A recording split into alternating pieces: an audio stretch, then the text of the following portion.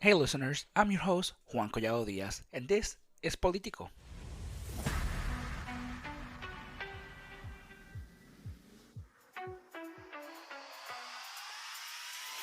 Hey listeners, and welcome once again to another episode of Político. I am your host, Juan Collado Díaz, and I'm very excited because with me today I have Joel Arredondo. He is the president of Lorain City Council and an amazing individual who has worked with many nonprofits and has been an inspiration to many people, including myself, who are in the political sector. So, welcome and thank you for joining me today, Joel. Do you mind explaining a little bit of who you are? Why are you El Presidente? And what inspired you to be in this political world? Certainly. So, once again, my name is Joel Arredondo, born and raised in South Lorain. My parents were immigrants from Mexico. My father came in 1927. My mother actually came before him in 1923, but she was about 15 years younger than him. So my father came with his brother, one of my uncles, to work in the steel plant. There had been a big revolution in Mexico for 10 years, and his father was on the side of the landowners. So the revolution, they confiscated the property of his boss, and my grandfather effectively was out of work, and so were my dad and his brothers. He had other brothers, so they came to Lorain. He went back to Mexico a couple times to visit, but he never went back permanently. As I said, my mother, she came in 23. Her grandparents, or my grandparents, were from Oaxaca and Zacatecas. And the story there is that my grandmother met my grandfather during the revolution. She was a Adelita with Pancho Villa, the women who would cook and go into battle with the men, load the rifles, do whatever they had to do. And her and my uncle, he was from the north, up by the border, and they met after the revolution. They crossed over, went to Texas. They migrated. Texas, Kansas, Illinois was where my mother was born in 1921. And then a couple of years later, they came up here. Well, my grandfather was mostly on the railroad. He worked on the railroads. But then when he came to Lorain, that's when he got into the steel plant. That is so cool. And he came to Lorain for the steel plants. No, originally for the to work on the railroad. He was a railway guy. And, back then, I don't know, they didn't have podcasts or internet but you always wonder, how do people know where to go for work and all? I know when he talked to the Puerto Ricans, they knew that they actively recruited them. There was an employment company out of Philadelphia that was hired by U.S. Steel to go to Puerto Rico to bring the Puerto Ricans here in 1947. But in the 20s, most of the people who came up here, word of mouth, or maybe they were ads in the paper. Who knows? Yeah. That is amazing. So now, and since then, now you are the president of the local government of City Council in Lorain. Yeah. So right. What inspired you to pursue that career in your local government? Well, frankly speaking, I wasn't looking for it. I was. There were 7 kids in the family, 7 siblings, and my parents always told us education is the way we're going to elevate ourselves. Not to say that my dad didn't want us to work in a steel plant. I did after high school to make money to go to college. I graduated from Kent State in 1972. I graduated from high school in 65, so it was a couple year lapse, working to make money to go out there. I was in the restaurant business for about 15 years. My brother and I had our own restaurant the last 7 years, and it was a Mexican restaurant in Sheffield Lake between Lorain and Cleveland. And that was our dream, to be in the restaurant business. He had also been in a restaurant. So, we worked that out. And the thing is, restaurant business, Juan, I know about your business, it's 7 days, 12, 14 hours a day. It's a big investment of your time. But when you're younger, those are goals you want to do. I always tell people, like my kids, anybody, don't be afraid to fail. If you have a dream, go for it. If you don't make it, you'll find something else. So anyways, after 5 years with him, he stayed another 2 years, then he sold out. I got in the auto business, and it was just because 5 days a week, it was a salesman incentive. You got a free demo, health benefits, etc.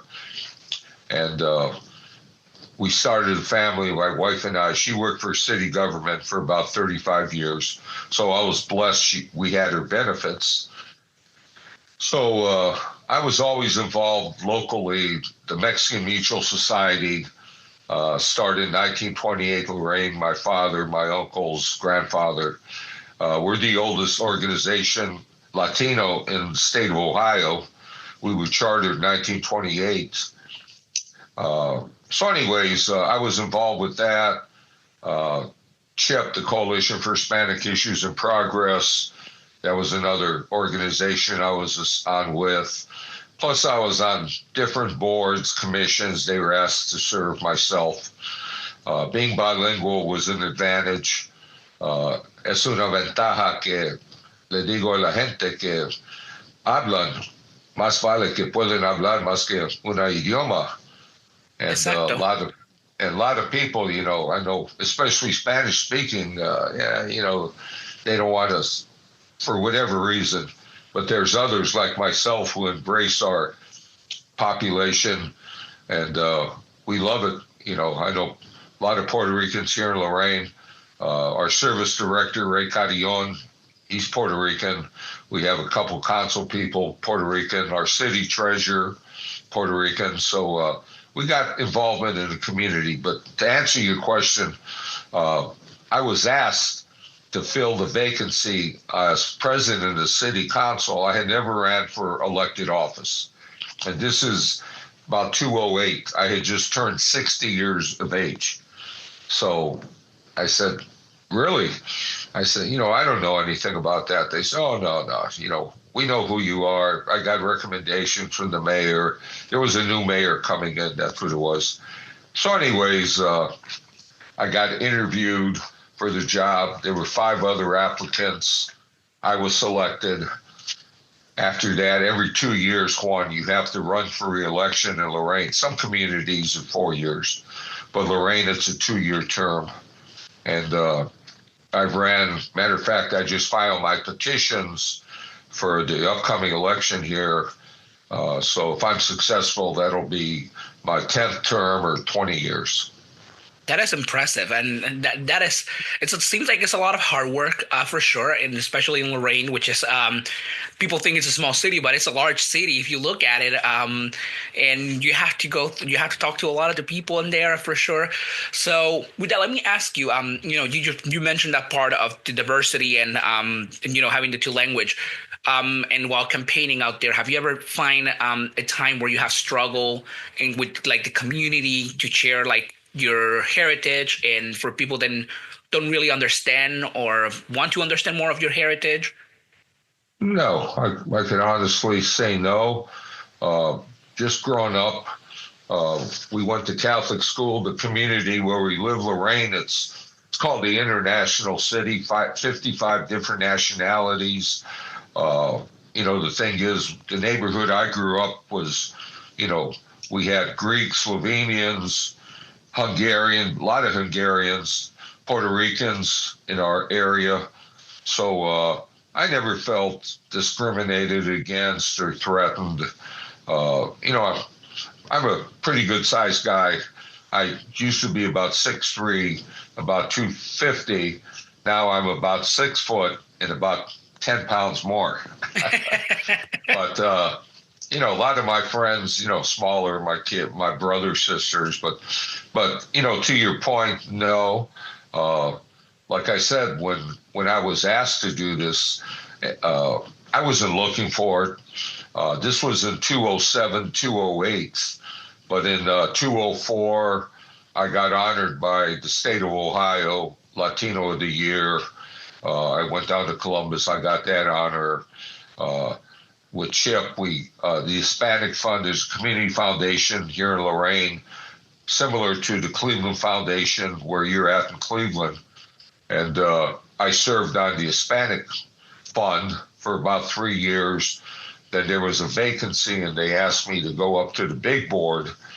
And that's why it says I've never been seeking these positions. People always seem to come and recruit me. You know, I guess my leadership, my ability to get along with people, to unite people. So I've been honored and blessed. My wife has been very supportive, Joyce. I've known her since she was 4 and I was 6. We grew up in the same neighborhood, same church. My kids, you know, they all went to public school, Cincinnati University. My daughter works at NASA. My son's in orthopedics in Florida. So I've been blessed, but giving back to the community, we both enjoy doing that, myself and my wife. That is amazing. And you mentioned you're connected with a lot of support networks. And do you have like any stories of like those networks, how they have mentor or support you into becoming who you are today? Yeah, I'll start with my dad's organization, the Mexican Mutual Society. You know, like I said, they were formed in 1928 primarily to help the Mexican immigrants assimilate here in the United States, Lorain. You know, a lot of them didn't speak English. Back then, there was no Social Security, there was no Medicare, there was no, as we called it, welfare, you know, the Department of Assistance. So what they did, they formed their group and they assisted their members. My grandfather and father, they were both bilingual, and frankly speaking, they were light-skinned. My grandmother on my father's mother was French, and my grandfather, he was, you know, Mexican, Indian, mestizo, but my father had the lighter complexion. And when you know, this is during the Depression and all that, they laid a lot of people off. They even bought tickets for the Mexicans here in Lorain to go back to Mexico. They put them on a train and pay their way. Sound familiar? You know, nowadays, put them on a bus, get them out of here. Yes. So anyways, my dad and uncle, they decided to stay. And like my dad tells the story, he says that, you know, he knew that, you know, his skin color, they all thought he was Polak. So, because he could speak English and he was light skinned, he didn't look like a Mexican, put it that way. And my grandfather, the same thing. He was bilingual, and he was Güero. So, you know, those things played to their. Whereas my grandmother, you know, she's from Oaxaca, you know, Zapotec Indian. Like myself, there's 7 kids in our family. 4 of us, we got the dark Indian blood, and the other 3 are lighter skin complexion. So, yeah. So those make a difference. But organizations besides them, CHIP, that's the Coalition for Hispanic Issues in Progress. That was formed in 1984. I didn't come on board with them till about 2000, and I was president there for about 10 years. We have an annual conference, just like Cleveland. They have La Convención, I think, every 2-3 years. Lorain here, we started that in 95, and we do that every year. It's going to be the, 30th anniversary coming up here of that, the conference. And then all these other groups that I'm with, our church, I've always been involved with the church, my faith, my family, my country. That's how I rank them. You know, without God, nothing's possible to me. Other people, you know, they have other ideas. But anyways, all those have mentored me. Going to school, Catholic education, we had the nuns who really formed that discipline. You know, your how you gonna carry yourself on in life. So just the biggest things my dad always told us, the 7 kids, nobody gives you nothing. Nadie te da nada. Nadie te da Exacto. nada. Okay? You got to go out. You got to earn it. You got to get an education, get involved, and vote. That's what I tell the folks.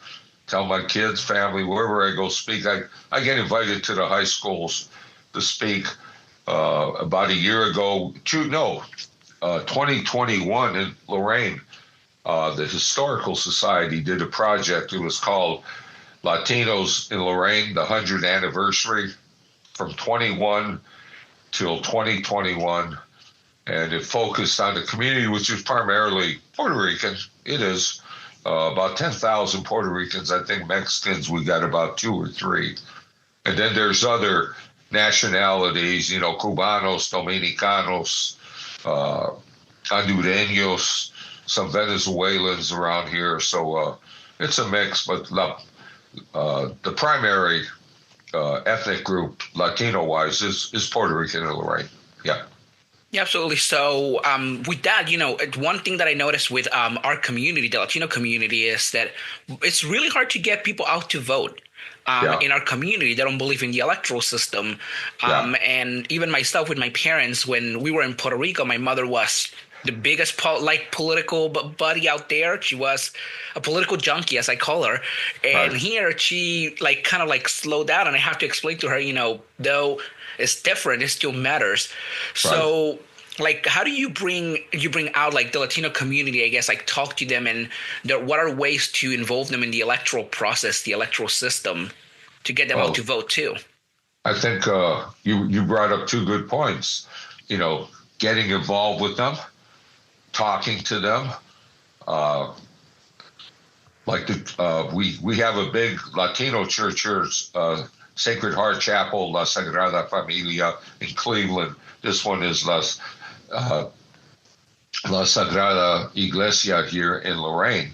And that, once again, was the first Latino, well, I shouldn't say the first, that was the second Latino or church that we had in Lorain. When the Mexicans were here in the 20s, they had about a population of 4,000, and they had their first church. And about 2 years it lasted, then the Depression hit, and a lot of the people left town. So that church, went out of business, I guess you could say. But then about 1952, after the Puerto Ricans started bringing their families here in the late 40s, early 50s, because at first it was just the guys who came themselves, the men. The familias, they didn't come. Very few did. So they brought 500 men at the first time, and then after that they started increasing it. But 52, they started a church. It was called Sacred Heart Chapel, La Capilla de Sagrada Corazon. And it was in an old storefront meat market. They converted into a church. And it was right in the neighborhood. I'm going to use West 25th because I'm familiar with that in Cleveland. That was like the barrio. Well, we had Vine Avenue, which was our barrio. And it was a mixture. There were a lot of other Hungarian, Slovak, Jewish businesses there before, but when the Puerto Ricans came in, a lot of them bottomed out, or they just opened their own businesses. So that was like the heart of the community in South Lorain. And once again, a lot of the people there, the church was built. And, people talk about Latinos, that we are not very philanthropic, that we don't give money. But when I got on this community foundation, I explained, and other people did, they says, Latino community, they give their money first to their family, then to their church, before they start going to, other Cancer Society, Hearts Association, stuff like that. So they'll donate the money, but once again, it's La Familia primero. That's why here, when, with this immigration, especially with Mexico itself, I still have familia down there, Juan. We go visit. The number one money maker for Mexico is oil. Number 2 is tourism. And number 3 is el dinero que manda la gente aquí de los Estados Unidos a Mexico a sus familias. So those are their big 3 sources of income, Mexico. Yeah.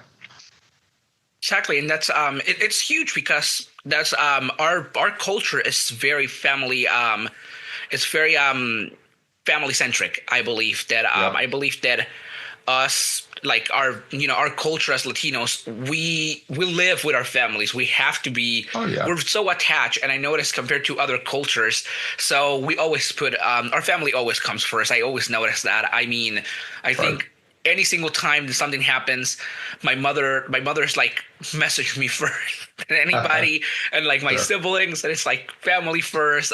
We have a party, we message each other first before inviting anybody. So it's our culture is really huge with family for sure. And so with that, I wanted to ask, like, family related too. How did you in office, how do you balance your office, your life in office with your family and everything? How do you recommend for someone balancing things like that? That's a very good question. And frankly speaking, you have to be disciplined. As you know, there's only 24 hours in a day. So how am I going to use those 24 hours?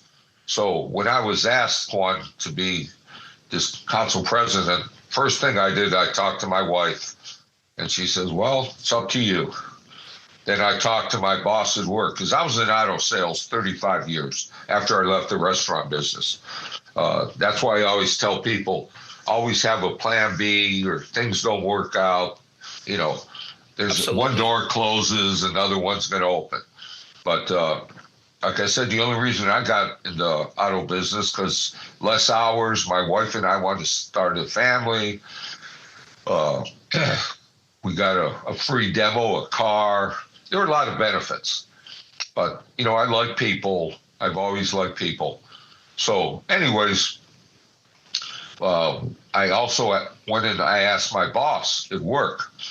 And I was just a salesman. I never wanted to get into management. I was restaurant management for a number of years. And, somebody got sick. I had to go in and cover and all that stuff. So anyways, I talked to him, and the man was very supportive. He says, oh, absolutely. He says, you get in the community, the more people you know.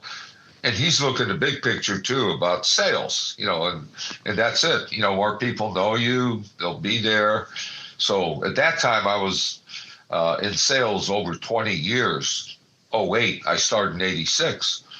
But a few life lessons I learned was that, number one, if people like you, they'll buy from you. If people trust you, they'll vote for you. And they'll buy from you, too, but you got to earn it. Nobody's going to say, Juan, I see Juan today. He looks like a nice guy. I don't know anything about Juan other than he's a podcaster. I did talk to, like I said, Victor. So you get referrals. People say, yeah, I know Juan. He's good. And then you get the other thing would be, Juan, ese pendejo. So, yeah, no, really. So anyways, he gave me the approval because the council meetings are on Mondays, Juan, and Mondays and Monday and Thursday, we're always open 12 hours, the car dealerships. Those are the big days, and the weekend. So I said, you sure? Because I got to be out of here at 5 o'clock and blah, blah. He said, don't worry about it. He says, you've earned your, so he was very supportive, and everything revolved around my auto business because that was my primary income. So as I told you before, I was involved with the Community Foundation. We met once a month, the board meeting. CHIP, that was the Coalition for Hispanic Issues. That was another organization I was involved at the same time. Mexican Mutual, I've always been involved with them. And then my church, I serve on the finance committee. So you got to balance your time, and you got to have a very understanding wife or familia. The kids had already been ready for college. So anyways, it wasn't like, I wasn't home. So I was out there in the community, and my wife, like I said, she was very supportive. She belonged to many organizations, also Historical Society, Main Street Lorain, and these are service communities. Like I said, we volunteer our time and efforts. But when you like something, it's not a job. It's you're out with people, friends, doing good in the community. Yeah. Absolutely. And so I wanted to, I guess, close a little bit the conversation with asking you, what would you say to someone in the Latino community or anybody out there that wants to, run for office and be like you, because you sound a very inspiring person. I read a lot before doing interviews, and when I read about you, I was like, wow, inspiring, completely, like a lot. You have done a lot. So Right. what do you like? How do you? I guess what advice do you give to someone who's like looking for like that kind of like life or that kind of like value in life? Certainly. Number one, what I tell the folks is to have family support. Like I said, when they asked me to get involved in this is elected. The other organizations, I was president of Mexican Mutual, president of CHIP. I served on these boards. Those aren't elected. Those are just elected, volunteer your time. But when you get in the political arena, public service, it's a whole different ballgame one. So I've met a lot of people over the years. This one guy, he was ran for judge and very good friend. And a couple of years later, I see he's divorced. And I asked him what happened. He said, well, my wife didn't like, I was out campaigning and these women come up and hug him and están besando, abrazando, stuff like that. So she wasn't cool about that.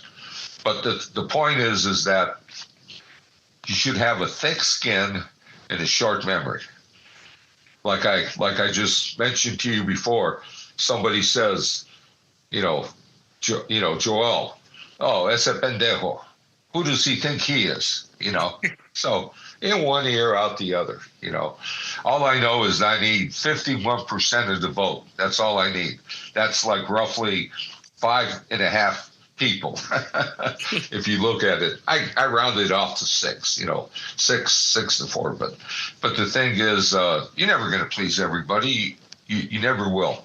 Don't go in with that expectation that, man, somebody might listen to your podcast and they say, "What does that dummy know?"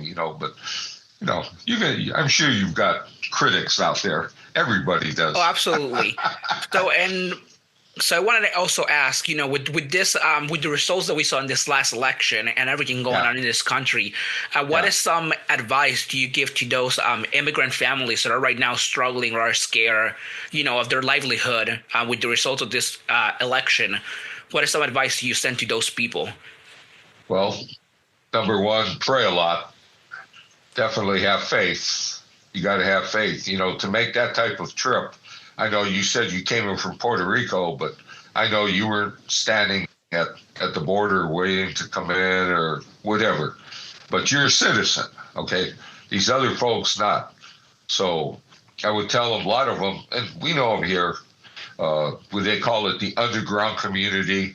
And I'm sure tú conoces a gente también que, no tienen sus papeles, lo que sea.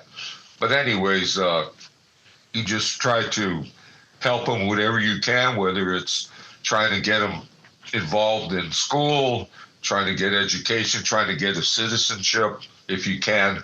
That was a big thing my father did when he was here.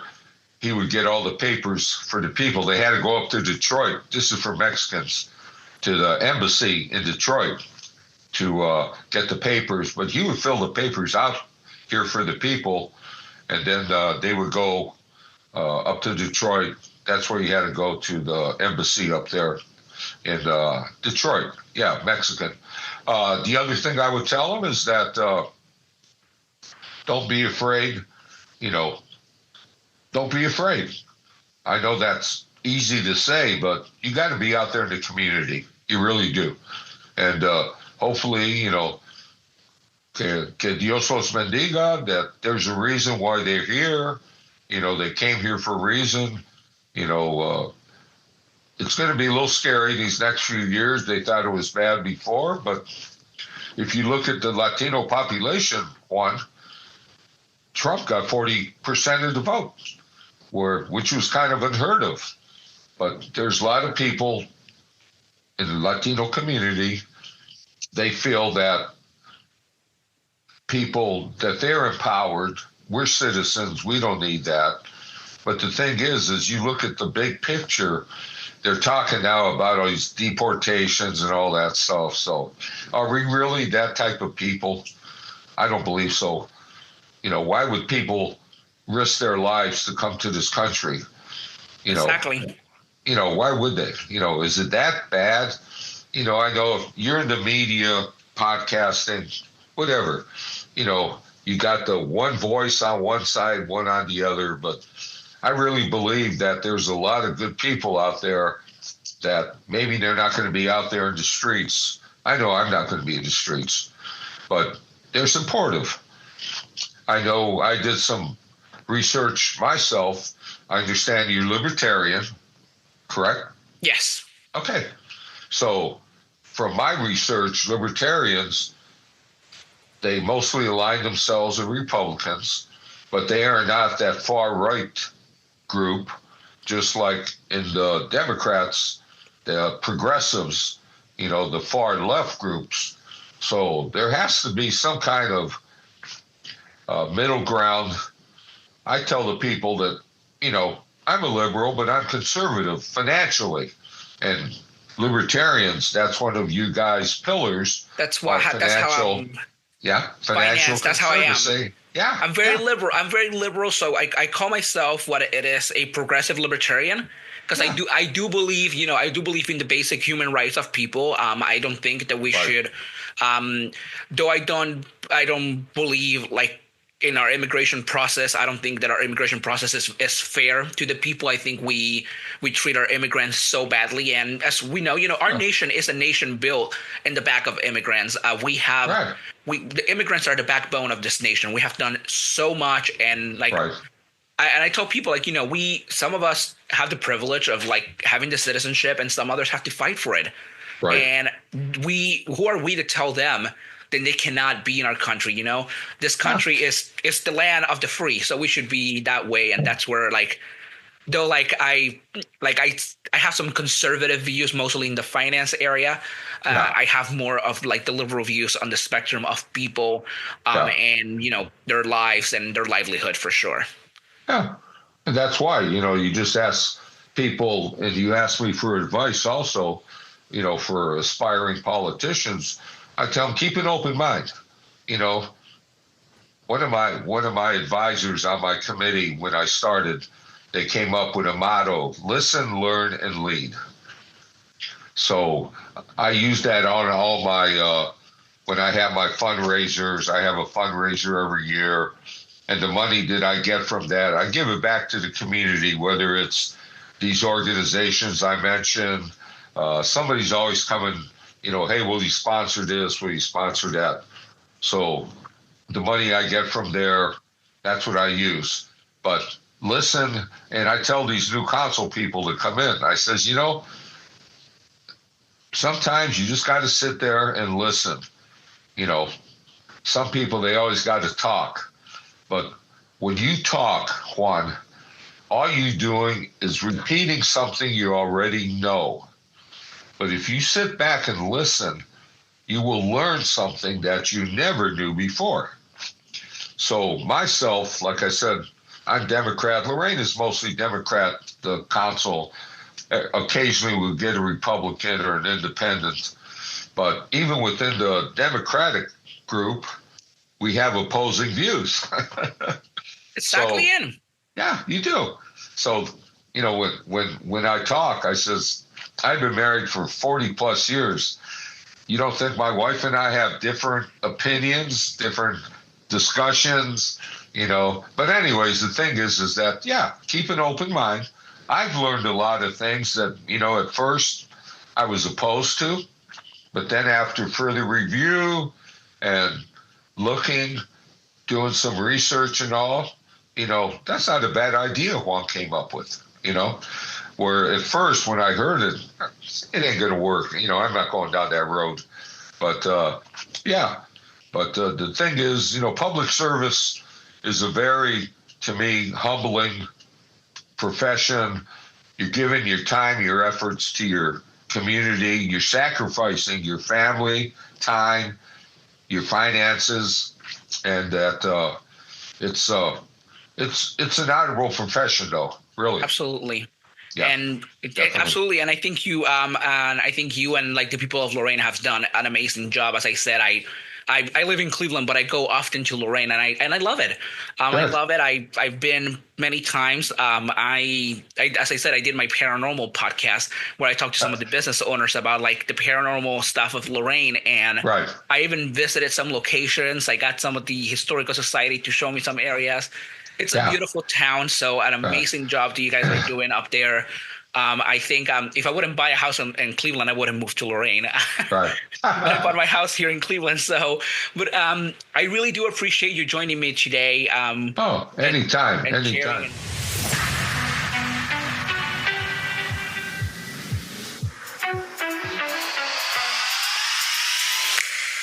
Thank you so much for listening. We'll be back soon with a new episode of Político with Juan Collado Díaz. If you like what you're hearing, you can follow us on Instagram at @politicalpod. Or if you want to see the show notes for this episode and all other episodes, you can go to www.politicalpod.com.